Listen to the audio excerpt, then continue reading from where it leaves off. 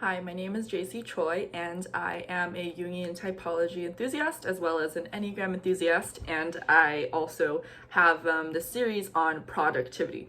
Because I am a Type 3 Enneagram, I don't necessarily fit in with the basic stereotypes of how a perceiver usually acts and how perceivers just procrastinate, and what people say P stands for procrastination, or P's can't stay organized, they bail on everything. I can relate to a fair share of the stereotypes. However, as a 3, I find that I am able to tap into a part of me where I can actually do the things I need to do. And I just thought that this series would be a nice way to be able to share some tips that I have that might actually work for perceivers or people who are prone for procrastination more often. So as you know by the title, today's episode is called What is the Pomodoro Method and Why Do It?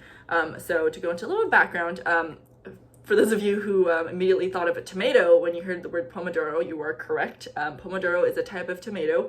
The reason why this method is called a pomodoro method is because those timers in the kitchen used to be shaped like a tomato. So it actually has nothing to do with tomatoes, but essentially what this method is, and there's several different variations, is the base version is you set aside every single distraction that you have for 25 full minutes, and you just focus and hopefully enter into flow state as you are doing the task at hand. And then a timer goes off after 25 minutes with the kitchen timer, hence Pomodoro.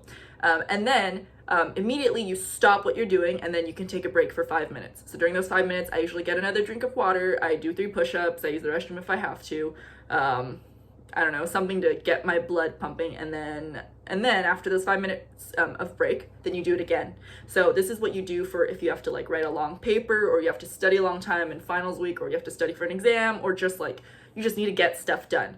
And the reason why this works so well is because every time you take yourself away from deep focusing on a task, then the time it takes to come back in, it's a really big waste of time. So let's say every 30 minutes I tend to be on my phone 5 minutes of the time anyway. It's a lot more efficient to just set a specific time where during these 5 minutes I can use my phone.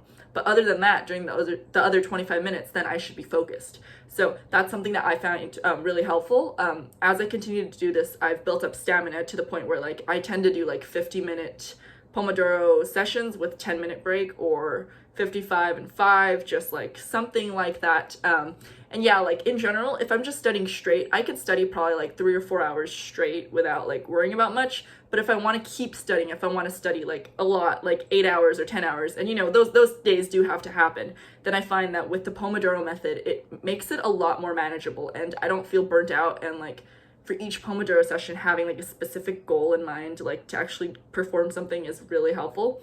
There is this one specific website that I like to use for my Pomodoros, and it's tomato-timer.com, and it's a really simple interface. It's just you just start, stop, and it does a little beep when your time is up. So I like to use something like that, and being really strict with yourself.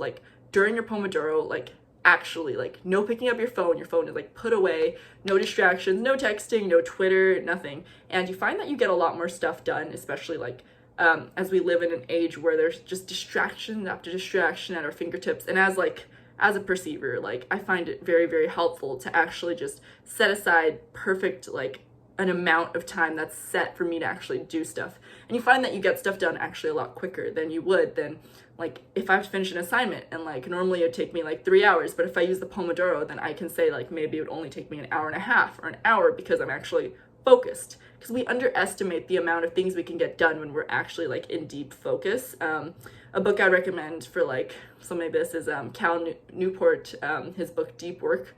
And of course, if you know anything about self-help, his name is one of the first names that pop up, but his books are good, which is why. So I would recommend that. If you have more questions on the Pomodoro, then feel free to ask, and I would love to answer. I've been doing Pomodoros for my whole college career at this point. I've been in college, this is my 3rd year, so I haven't been in college forever, but has anyone? But yeah, I do get a lot of things done. I'm a bio major, so I'm a STEM major. I have days when I need to study a lot, so for those of you who find that like it's like taxing to just study hour after hour, then I would suggest trying the Pomodoro, which will help you actually like put into bite-sized pieces and also help you be able to focus and do deep work. So yes, thank you for watching this video, and I will see you on my next one.